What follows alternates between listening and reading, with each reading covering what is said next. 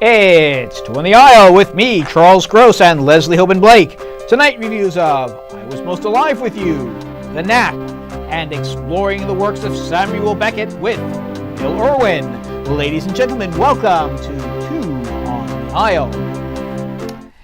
And good evening, Leslie. Good evening, Charlie. Yes.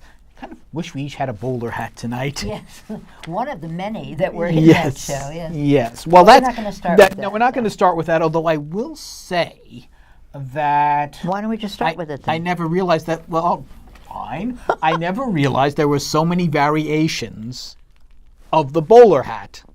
Also part of a top hat. Listen, well, this is Bill Irwin, man. This is Bill Irwin. He can top hat there is. Yeah, I mean, this is Bill Irwin exploring, as it says, the works of Samuel Beckett, concentrating primarily, although not exclusively, on texts for nothing, right, and waiting for either Godot or Godot, which is a question that he tackles during the show. The age-old question: is it Godot or Godot? Well, the age-old question that I only knew about that only started coming here about 5 or so years ago, especially when Bill Irwin did the show on Broadway. Right. But you also get a good slice of clowning, partially because he uses this to demonstrate the points that he's making with Beckett, and partially because he's Bill Irwin and he can't help himself. He is the nicest man. There were people waiting outside. His wife was trying to get him to go home, and he talked to everybody because he's a nice, nice man. He is, and he is also the clown prince of Broadway. He is. There's no question. An amazing career. This is kind of a masterclass of Beckett. But when you say the clown prince, I'm surprised at one thing that he didn't mention, and that was he never mentioned the name Bert Lahr, who of course was in the original Waiting for Godot and who was a clown. Yes. And I'm probably amazed best that known as the Cowardly Lion. Yeah, and I'm just amazed that he didn't. When he puts on his glasses and one of his bowler hats, he looks like Bobby Clark, who was a vaudevillian. You know, this is my grandparents were in vaudeville, so I know a lot about that. I was surprised at the people he didn't mention, who are obviously his antecedents. You know. Well, I think he was keeping it when it came to actors. He only mentioned the more contemporary actors, like especially the ones he had worked with. So I think that was but Lahr was the first. Right, but he never saw Lahr. That's true. No, he wouldn't have. He would be too young to have seen it. You know what? If we ever interview him, and we're trying. We'd like to. Certainly, you can ask him. Not in an adversarial way, but just because I'm curious. Yeah. You know, it may be the show runs 90 minutes without an intermission, and maybe he just felt, leave the audience wanting more. Well, what's interesting, you mentioned the texts for nothing, which are the things that Beckett wrote at the end of his life. And I made a comment to you that night that Picasso also did cartoons at the end of his life, and Beckett did snippets. They're not full-length plays. They're little monologues that you can do over in many ways, and some of them you just see mouths. I mean, I've seen films about some of these as well.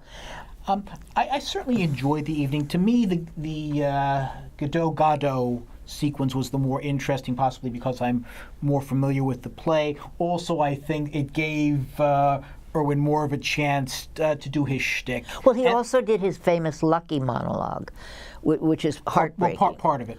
Well, yes, but that's such a heartbreaking monologue. I mean, in the middle of the quote comedy, the darkest comedy ever written, the apocalyptic comedy that is, which it is. I mean, yes, and he has a young man, Finn O'Sullivan, who I wonder if he's Irish. Well, geez, since this is at the IRT... And his name is Finn O'Sullivan or whatever, I seriously wonder. It's a definite possibility. The little Russian boy is what he is. Basically, he comes out and does the Mr. Godot will not... Godot will not be here tonight. Right. But, basically, I was lukewarm to the texts. I was very interested in the Godot. Certainly enjoyed the hats. side lesson of hats, baggy pants, And again, there are variations of baggy pants. Yes. Underdress, overdress, baggy pants. Right? So, I would Clown love, shoes. I would love got to the see works. him do a master class like this clowning. on clowning. Well, I mentioned to you the fact that Although maybe that would be called, old hats. Oh, well, he did that. Yes, Yeah, what a great title. When I first ran into him, he was part of the Pickle Family Circus. He was not doing words. It was clowns against words, and he was doing everything but words. And it's amazing, that this man has this incredible gift for the language, and it took him half his career to start doing it. Yes. He stayed silent for all that time. But when he did start talking, turns out he had quite a few interesting things to say. And for And a those of you who gift. are of a certain age, yes, that is Mr. Noodle from Sesame Street. So what would you give Mr. Noodle, eh? What would I give Mr. Noodle? It's Bill Irwin, so you have to give him at least 4 playbills. If it were Mr. Rogers, would you give him 5? I mean, no, I'm sorry. Now that would be extremely interesting, watching Mr. Rogers Do Waiting for Godot? do Waiting Or Godot? for Godot. Well, the interesting thing is there is a sequence in Godot that involves shoes, and of course he would come in and Yes, and change his switch shoes, his yes, footwear. yeah. So there probably is some director or future director watching this and saying, I'm making notes. Go ahead. What were you saying? "You'll have Mr. Rogers and Captain Kangaroo." But you gave 4. I don't want this to be lost. You gave 4 playbills. I would give no less than 4.5, and for parts of it, I would give 5. I think it's, and of course, he conceived it, he performs it, and he also directed it. There's no, unless he had a second eye there. He has 2 wonderful directors there in Charlotte and Kieran, but there's nobody basically gets the producers of nobody the, gets of the credit. Irish Well, rep they're producing directors, but they don't get any credit. So this is his show. Yes. And this is my show to talk about. So. all right, let's talk. Okay, I say this is my show as if I know. Okay, the show is called The Nap. If you watch television, it's advertised in between just about every show that's on television. I'd be damned if I know what this play is about. I wrote down what it's about. I carefully went through my notes, and we've lost my notes in here, darling. Oh, there they are. I got them. All right, here's my... It's a family bets against a feckless hero who must prove he wasn't in on a plot to try to throw a snooker match. Now, snooker is the British word for pool, or the British version of pool. I can't tell the difference when I see them playing it. And realizing this, the playwright does have a sequence where they explain the differences between snooker and pool, which essentially is colored balls or how they score, and the table is apparently bigger. Although the basics, you basically get the ball in the pocket. Yes.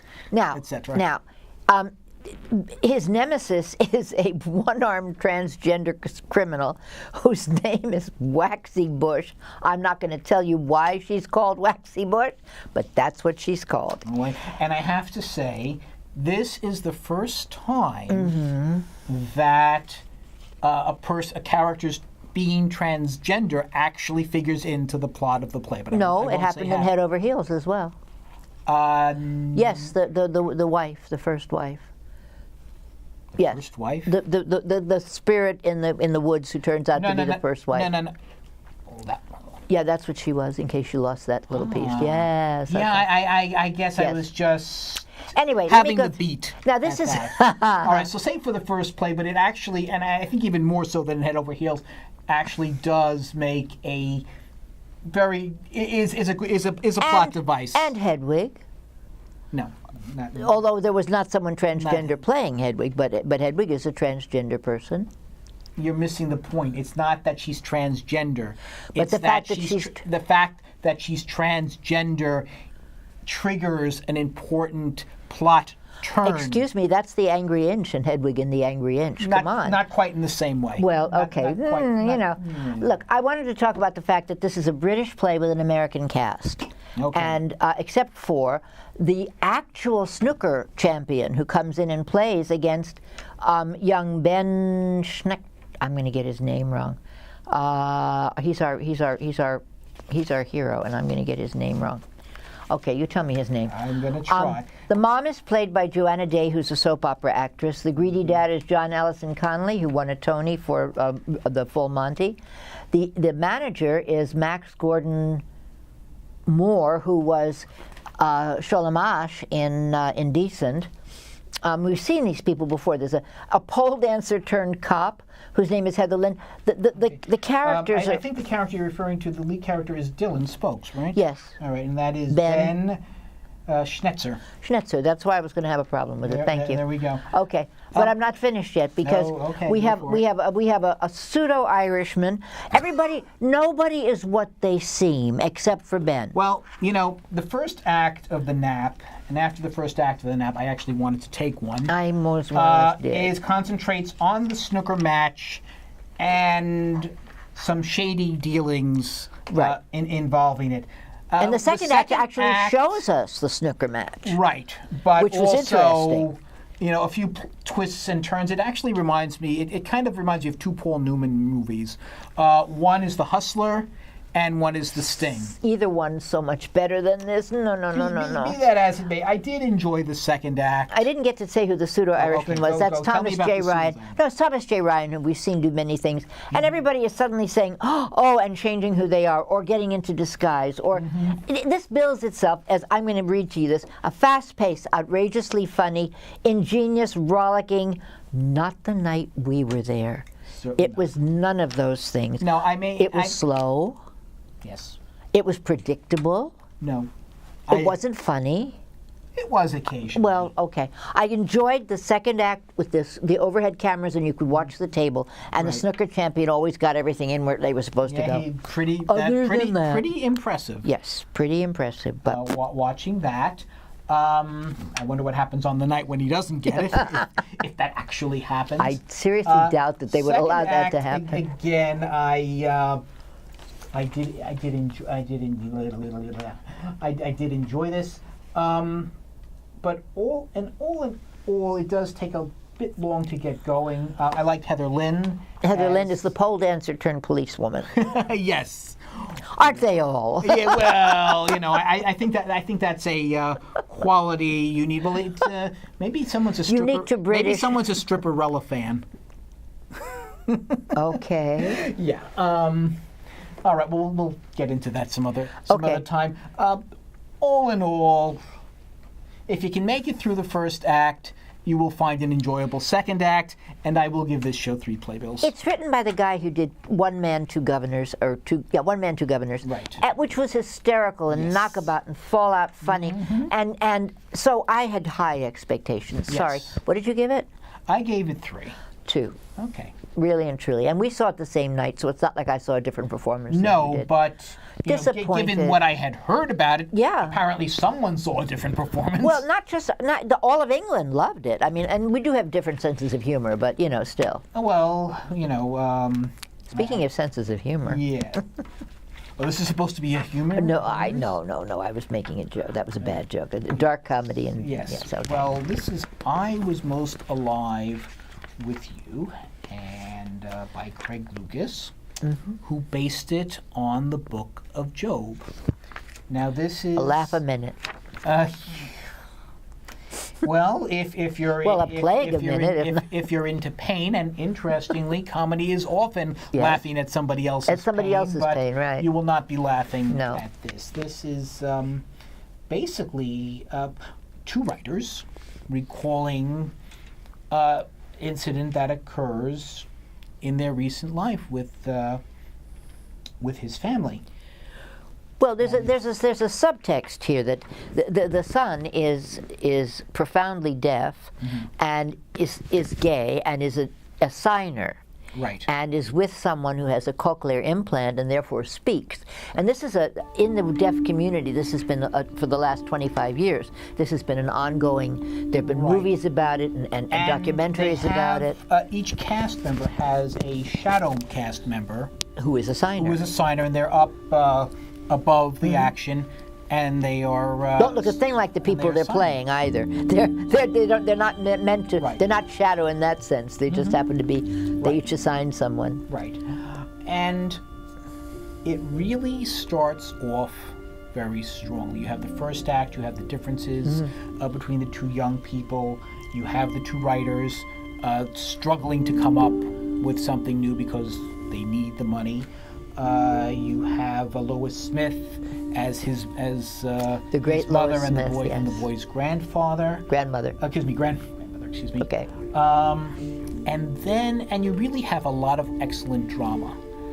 But then, And just you have the writers deciding to write what they know, right? which is of course the best Well, thing. again, you know. what they are basically doing is telling the story of their recent past. This is this play.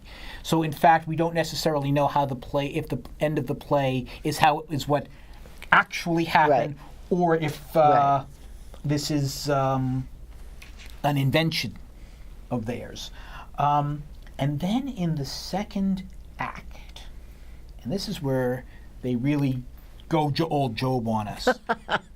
Full Job. This happens, that happens, the other happens, Yeah.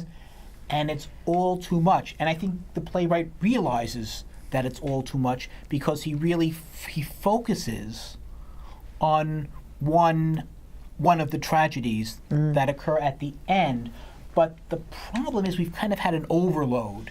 It's like, if one person dies, it's terrible. But you say, 1,000 people died, nameless, you don't know them. And that's kind of what happens here. I think I don't necessarily agree with your premise just now, but be that as it may. It's just I feel like I'm living through some of this myself with my crazy apartment situation, and now I have mice in addition to everything else. And it's like I'm waiting for the frogs and the locusts to come, And that's what happens here. He gets the frogs, he gets the locusts, he gets the boils, whatever there are, he gets them. So that's the point. Not literally. No, but I was making and the problem is you had enough drama to be going on with, and by really upping the ampage, you kind of blow a few circuits. And let's talk about the cast other than Lois Smith. The father and one of the writers is Michael Gaston. His partner is Marina Basham. The son is... Well, the mother is Lisa the Emery. Mother, Lisa Emery, yes, Lisa that's right. Emery. The mother and the father are divorced. Right. And Russell Harvard is the signing son. Right. And Tad Cooley is his speaking partner. Who's also, interestingly enough, of a Muslim background, which plays into the character. I mean, there's a lot going on here. There's a lot. They really give us a lot, and it's rich, and it's wonderful. Until it isn't. Until it becomes a little more than we can deal with. I think the signing cast did well. It's I frankly wasn't paying too much attention to them, but I think it's you'd have to go back to Children of a Lesser God to really have a play that was designed with this type of signing in mind. Or to the Second Spring Awakening, which was done. Well, but again, that was taking a play and signing it, which they did with Big River. This was written this way. I see what you're saying. Yeah. Well, Big River was written that way too. Well, no, a revival of Big River was written that way. They did the same thing that they did with Spring Awakening. Okay, sorry, I thought it was always that way. And your conclusion? I was confused. By the end, I was inundated, and I really wanted to go with it in the beginning, and I really like Craig Lucas, but you mean what number would I give it? That is the question. 2.75. Really? Yeah. Okay. I'm willing to go. I agree with your analysis, but I was still entertained and immersed in the play enough to give it 3.5. I was in the beginning. It didn't go where it needed to for me. If it were based on the first act, I'd have given it 4.5. So, but again, he was not able to build on that, at least as far as I was concerned. But still, plenty to like about this play. I have something to talk about. I need to know how much time I have to do it in. I don't want to screw it up. All right. Let's say you have 6 minutes. Oh, so I can take it slow then. Go for I it. will speak very slowly. No, All right. we were talking about the preponderance of Tony winners and Tony nominees all over Broadway right now. So I came up with just 4 shows, and I wanted to be able to share with you who's in what and how many things they've won. Lifespan of a Fact is a 3-character play. Cherry Jones has won 2 Tonys, one for Doubt, one for The Heiress, and she's been nominated 4 more times besides that. Glass Menagerie, Faith, Yellow Moon for the Misbegotten, and Our Country's Good way back in the beginning. Okay, Daniel Radcliffe has never won. I didn't realize that. I thought he won for How to Succeed in Business, but he was nominated. He did not win, according to this. So he was nominated for Cripple of Inishmaan, How to Succeed, and Equus. Right. Daniel Radcliffe, who oddly enough is not in Harry Potter and the Cursed Yes, Child. oddly enough. Yes. Not even as the Give him a older. couple of years. Yes, not even as the father.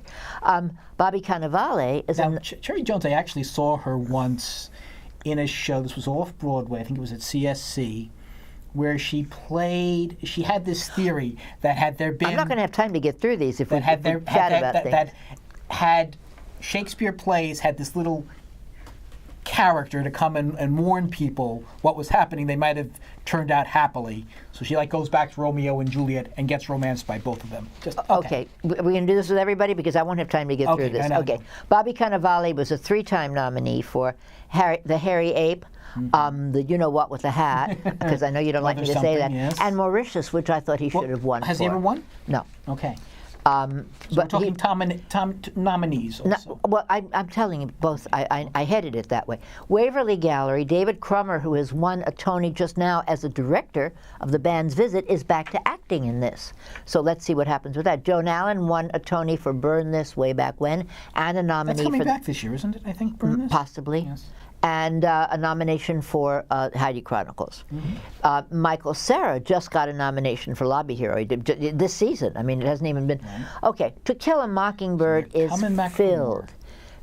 Well, he likes Broadway. He really does, and he particularly likes to work on Warren Light plays. This is his 3rd Warren Light play now. To Kill a Mockingbird. Cecilia Keenan Bolger, 4-time nominee. Glass Menagerie, I believe it was the Cherry Jones one, she played Laura. Peter and the Starcatcher, Les Mis, and the 25th Annual Putnam County Spelling Bee. Those were her shows. Right. Stark Sands, 2-time nominee, Kinky Boots and Journey's End. I'm surprised. I thought he won, but I know that Porter won. Jeff Daniels, 2-time nominee, Blackbird, God of Carnage. We sat behind him the other night. Yes, we did. What show was that? Bernhardt. We sat behind him at Barnard, I was going to say. And so all this in To Kill a Mockingbird. One more. LaTanya Richardson, who was also Mrs.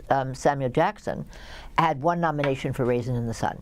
So yes, all of that in To Kill a Mockingbird. And the last show is a brand new show. Brand new, not based on a movie, not based on anything else, because everything you can do that on Broadway? we could do that on Broadway, evidently. Because like The Lifespan of a Fact is also a brand new show. I meant to say that. Okay, Waverly Gallery is a revival. Kill a Mockingbird is based on the movie, obviously. The Prom, Casey Nicholaw is a director and choreographer, or director or choreographer in any of those. He won the Tony for Book of Mormon, and then he's got 5 nominees for Mean Girls as both director and choreographer, so that's 2. Something Rotten, director and choreographer.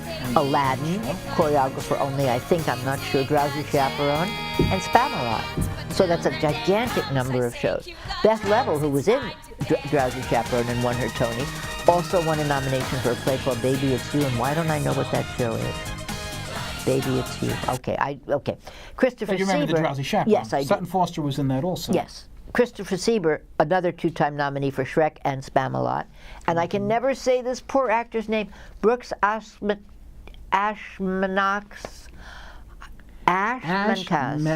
Yes. I know that's not the way it's pronounced. Anyway, he had 1 nomination for Martin Short's Fame Becomes Me. And if he's nominated again, Leslie will not be announcing the nomination. I will not be the one. I don't know, Brooks, why I can't say your name, but I will say that that's just 4 plays, and there are so many more with equal numbers of people. It's amazing. This is such a rich season. People are coming back to the theater. Plays are being, and all of these people do television, and they do movies, and they come back to Broadway. I love it. I love it.